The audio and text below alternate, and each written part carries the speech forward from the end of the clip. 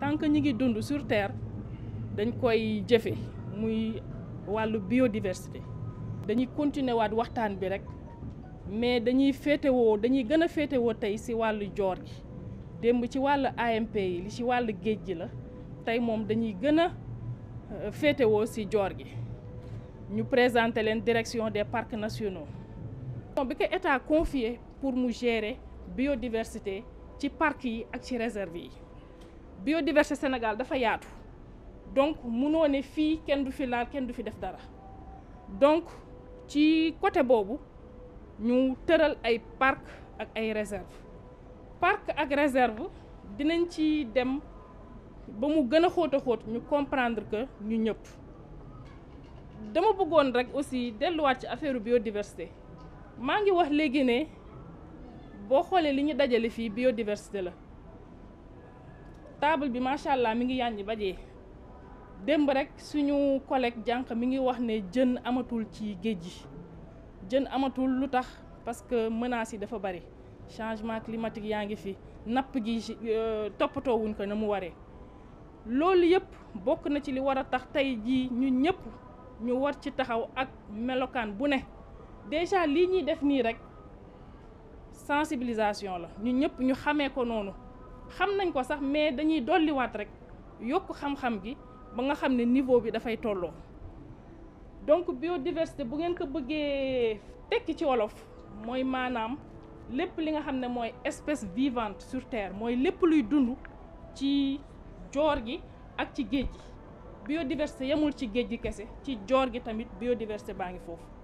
ci joor gi ak ci géej gi lépp lu fay dund moo xam jën la moo xam sur terre aussi moo xam nit la moo xam mala la ak lu mu mënti doon loolu biodiversité la donc biodiversité boobu aussi dafa am ay lu ñuy wax écosystème ay pàcc yooyu comme wax naa ko léegi ci joor ji ak ci géej gi mën nga wax écosystème marin mooy loo xam ne pàcc géej gi la écosystème terrestre mooy pàcc joor gi pàcc boobu tamit am na wàll ci biodiversité espèces yi tamit dañu bari te wute loolu mooy diversité boobu parce que loolu moom boo déggee sax biodiversité mooy lu bari te wute aussi donc soo bëggee comprendre biodiversité mën nga ko jàppee noonu lépp loo xam ne mi ngi ci joor gi ak ci géej gi nekk luy dund nit xar nag fas mala jën lépp ci biodiversité bi leer na yooyu yëpp moom laa doon wax nii léegi naka mu jàll ci wàllu biodiversité mu jàll donc biodiversité boobu aussi boo gisee tamit ñu taxaw si dafa am fu bari fu mu jaar mooy li ñuy wax convention sur la diversité biologique te convention boobu dañ ko signé ci benn dëkk pays yëpp d'accord si mu am tamit ay étapes ay phases yu mu traversé maanaam étape bu nekk chaque réunion rencontre bu nekk bu ñu tasee dëkk bu nekk dafay présenter li mu def ci wàllu biodiversité buñ ko présenter ba pare ñu xool nan lañ koy gën a jëmalee kanam nan lañ koy gën a gérer mu gën a baax nan lañ koy gën a actualiser de sorte que ku ci nekk boo delloowaat sa dëkk loolu ngay continuer di appliquer. convention biodiversité boobu aussi dafa am rakk ñu tuddee ko protocole de Nagoya ci réunion bi comme convention bi boobu it ay dëkk yu daje la. luy ressource dañ ko war a toppatoo gérer ka ba nga xam ne ku ci nekk di nga si gis sa bopp. wala réserve naturelle communautaire wala réserve de biosphère jàpp leen ne rek loolu yëpp buñ ko sosee ci àdduna ak fu mu mënti doon ak dëkk bu mu nekk suñ ko sosee suñ ko tegee rek pour conserver biodiversité bi la. conserver biodiversité bi mooy conserver ressources yi nekk ci biir mala yeeg garab yeeg jën yeeg lépp ci lañ bokk mais fii ci wàllu parc national par exemple boo dee xool soo ko mënee tekki ci wolof parc national dafa nekk benn espace bu yaatu am na xale yoo xam ne boo leen nee xam ngeen parc national ñu ne waaw parc de zoo de Hann loolu du parc national loolu zoo la fu ñuy denc ay mala boo xoolee sax mala yi dañuy nekk ci ay cage parc national nag boo fa demee mala yi da nga leen di gis noonu ñu nekk seen liberté benn nekk ci cage loolu moo leen wutale zoo bi ak parc national. Parc national nag boo gisee état créé ko ñu sos ko pour conserver biodiversité bi la, pour ñu aar gàncax gi, mala yi, environnement bi d'une manière générale. Sénégal nag defe naa ne bokk na ci pays yu ñu gën a ràññee ci wàllu conservation de la biodiversité ak wàllu conservation ak wàllu création et gestion des aires protégées, parcs nationaux. Parcs nationaux bi jiitu Sénégal ñu ngi ko sos 1954 mooy Niokolo-Koba. ci boo xoolee sax conservation dañ ko dëggal,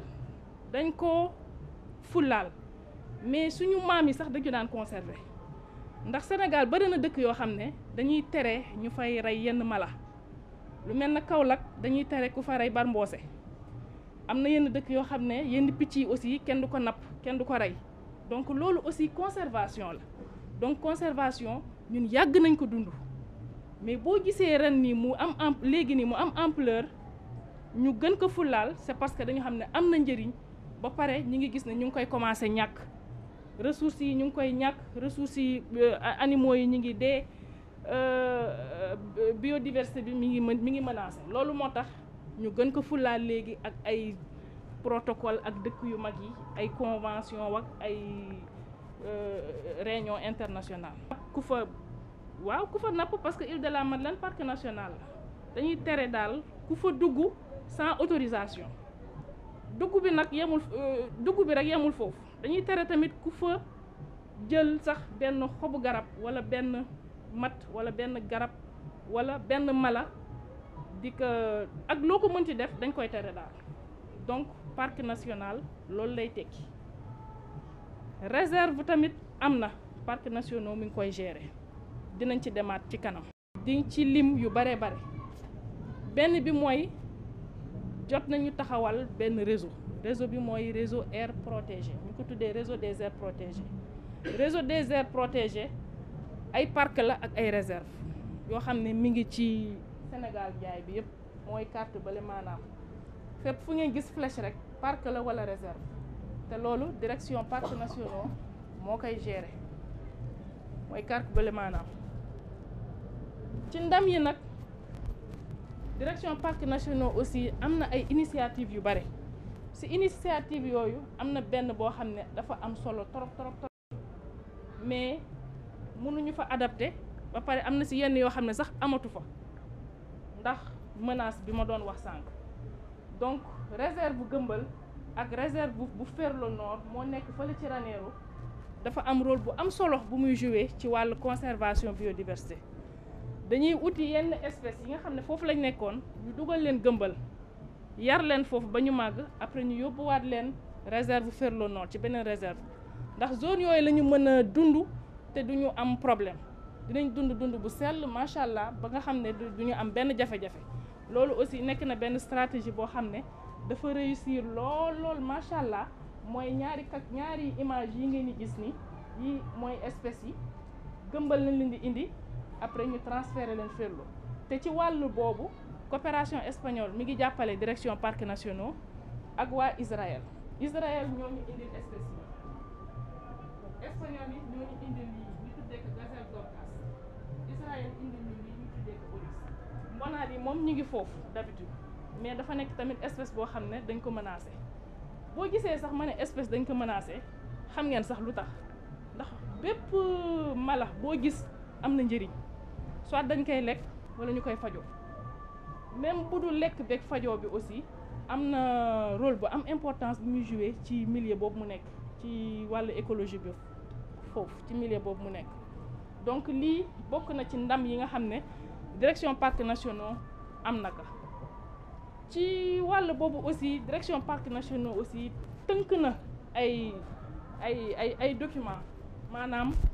ay li nga xamante ne moo koy permettre mu mën liggéeyam nam ko menacé. fu muy nekk moom mooy Niokolo-Koba. Donc foofu mu nekk am na fa tolof am na fa jafe-jafe yu bare ak exploitation minière bi tamit, loolu tamit am na ci contrainte de sorte que mënatul dund ba mu waree. Loolu tamit direction des parcs nationaux mi ngi ci yëngatu. Du chimpanzé yi kese, am na tamit ay picc bu ngeen gisee ñuy mettre l'accent ci picc yi ñuy gën a taxawu picc yi tamit dañu am njëriñ. xëy na sax après dinañ def benn focus ci benn picc boo xam ne dafa am rôle bu am importance bu muy jouer fii ci Dakar ci île de la Madeleine duma ci sore dinaa bàyyi après sama collègue bi ñu dendal mooy maanaam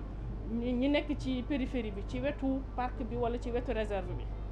am na activité bu am solo boo xam ne dañ koy mën chaque année muy comptage picc yi xëy na sax su ma leen ko waxee di ngeen ree ba sonn foo dégg ñuy wax affaire décompte ay picc yu ñuy compter da nga naan lan la ñuy compter ci picc loolu dafa am solo parce que dëkk bu nekk war nga mën a évaluer say richesse say ressources donc picc boo gisee ñun ñu ci def activité boobu di leen compter pour ñu mën ci am ay gëstu yu leer pour ñu mën ci am tamit ñu mën ci def ay décisions yu taxaw pour vraiment gën leen mën a conserver. waaw donc ci wàll boobu yii yëpp ay espèces la moom laa doon wax léegi espèces yu ñu war a sàmm la yu ñu war a protéger la te espèces yi sax boo gisee may insister ci dañu am solo di nga gis espèce benn picc rek boo xam ne dafay indi financement ci dëkk. mooy exemple picc bee ngeen di gis ci suuf bee am bec bu ñuul bi picc bali ñu ngi koy tuddee avocet élégante. am na benn réserve boo xam ne à Saint-Louis mooy réserve de Gëmbal su ngeen déggee ñu wax réserve de Gëmbal picc boobu moo tax réserve boobu ñu kii ko mu am baat ci àdduna bi yëpp ak yeneen dëkk donc réserve boobu dafa am baat ci àdduna bi yëpp baat boobu mu am ci àdduna bi moo koy indil financement bi mooy tax ñiy gérer affaire picc yi ci àdduna bi di jàppale dëkk réserve boobu pour ñu mën a taxawal seen jumtukaay gën a taxawal seen ay action pour tamit Sénégal gën a taxawal politique am ci maanaam conservation picc yooyu. du picc bii kese bii exemple la rek am na it yeneen picc yoo xam ne ñoo tax dëkk bi am baat bu mag ci wàllu àdduna bi noonu laa ko mënee tënkee ci wolof. lii nekk na aussi ay activités yoo xam ne dañ koy def ak communauté yi boo xoolee photo bi sax gisoo ci agent parc mais ay agent parc ñu ngi ci ñooy encadrer activité ñooy encadrer communauté yi pour ñu defar pour ñu liggéey ci activité aménagement la ñu ko la ko baax moom laa doon wax léegi mënoo conserver te doo def aménagement mala mënoo ko conserver te doo toppatoo aussi dëkkuwaayam donc lii loolu lay tekki lii aussi nekk na lu am solo ci wàllu conservation ndax dañuy wax conservation de la biodiversité mais booy conserver da ngay conserver pour ñëpp ku ci nekk gis ci sa bopp tamit moo waral campement touristique villageois bii la Ndiaga Bar bu nekk parc national du Djoudj à Saint-Louis au nord. campement bi population yi ñoo ko am lépp ci seen taxawaay ak ci seen jàppale agent parc pour wàllu conservation biodiversité. lii tamit nekk na campement à Popenguine bii moom exemple bu am solo la parce que ñi ko taxawal boo dee xool ay groupement de femmes lañu ñu ngi yëngatu ci réserve naturelle bu Popenguine groupement de femmes bu taxaw bu jàppale tamit direction des parcs nationaux ci mission yi muy liggéey. dañuy xool zone yi nga xamante ne dafa amoon mangrove mu dégradé wu mu yàqu maanaam yàqu carrément ñu jéem ko delloowaat na mu meloon donc dañuy def ay activités de reboisement ak population yi pour jàppale leen ñu mën a am ay activités yoo xam ne dina leen permettre ñu mën yor seen bopp yor seen kër ba nga xam ne du ñu dugg ci parc yi di yàq wala di jël mala yi foofu. lii tamit nekk maraîchage boo xam ne ñu ngi koy développé ci Niokolo-Koba ci périphérie bi ak population yi foofu lépp si aussi jàpp ci pour ñu mën a gën a aar parc bi. parc Niokolo-Koba nag dafa nekk parc bu rëy bu yaatu 913 000 hectares ñi ngi naan sax ñaari yoon région de Thiès la nga xam ne nag parc bi rëy na yor ko rëy na metti na ndax loolu yëpp ci superficie su ko ay nit di gérer vraiment je crois que même ñi nga xam ne sax bokkuñu ci dañ ci war a jàpp même ñi nga xam ne duñu agent parc dañ ci war a jàpp mooy population périphérie donc dañ ci war a jàpp dañ ci war a taxaw ku ci nekk nag am nga nooy taxawee mën nga sensibiliser mën nga aussi bàyyi di fa dugg di jël di dagg ay garab wala di rey ay mala pour dundee ko ndax buñ leen teree ni fii duñ fi napp wala fii duñ fi dugg ñun en conséquence wala ñun ci suñu côté am na luñ leen di jàppale mu nekk mesure d'accompagnement ñu ngi leen di former ñu ngi leen di sensibiliser ñu ngi leen di jàppale pour ñu am ay financement pour ñu mën a def ay activités génératrices de revenus comme maraîchage bi ma wane woon léegi. campement bi tamit nekk na exemple xëy na sax dinañ ci delluwaat ci beneen séance ñu wan leen biodiversité nuñ ko mënee valoriser mën nañ ko valoriser ci pàcc bu nekk loolu moom defe naa beneen rencontre la à part dinañ ci gën a dem. boo gisee ñu naan site du patrimoine mondial dafa nekk zone boo xam ne dafa nekk melokaan boo xam ne ñëpp a ko bokk patrimoine mondial la UNESCO moo ko sas ba mu ko sasee dafa ne lii boo gisee ñu koy sas dafa fekk dafa am valeur boo xam ne valeur universelle la. ay critères lañ ciy définir pour classer ko pour ne zone bi wala parc bi site du patrimoine mondial de l'UNESCO dafay fekk nag parc bi am loo xam ne doo ko gis fenn loolu mooy valeur universelle exceptionnelle doo ko gis fenn mu nekk lu unique moo waral classement boobu donc buñ ko classé noonu pays bi maanaam li taxaw pays bi comme Sénégal ak direction parcs nationaux comme ñooy répondant bi ñoo ciy liggéey dafay am tamit ay financement pour ñu mën a développer conservation bi ñu gën a mën a toppatoo parc boobu na mu waree loolu tamit bokk na ci ndam yi mu am yii mooy représentation internationale ci parc yi sànq maa ngi doon wax ndamu direction parcs nationaux ci wàll conservation espèces sahélo-sahariennes yi mooy gazelle yi ak oryx yi donc gazelle yi ak oryx yi nañu jàpp ne ay espèces yu ñu war a sàmm la boo gisee ñu defee ko noonu indi leen fii yar leen ba ñu màgg yóbbu leen fële dañu xam ne suñu leen bàyyee noonu dans la nature dañ leen di gën a sonal ba pare duñu dund na mu waree zone bi ñu nekk zone bi ñuy confronté du leen arrangé ci seen reproduction ak ci seen survie voilà. léegi ci wàll boobu aussi direction parcs nationaux toujours ci wàllu conservation biodiversité ay yënguteem jéggi na dayoo ndax macha allah am na ay projets et programmes yoo xam ne mi ngi koy développé ak appui yenn partenaires yu bari ñu ngi siy jàppale.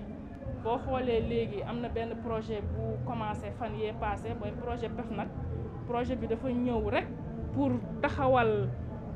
pour gën a taxawal direction parcs nationaux ci li muy liggéey ci wàllu conservation biodiversité dafay jàppale communauté yi aussi pour ñu mën a am financement pour que ñu gën a mën a jublu ci aar forêt yi ak ay réserves communautaires mooy maanaam ay espace yu ñu créé woon pour gérer ka uniquement pour la conservation donc loolu aussi nekk na projet bu am solo bu commencé temps yële te ñoom communauté yi li ñuy gën a liggéeyal mooy population yi ñoom la ñuy gën a liggéeyal seen activité yëpp yu ci ëpp ñoom ak communauté yi la c'est clair.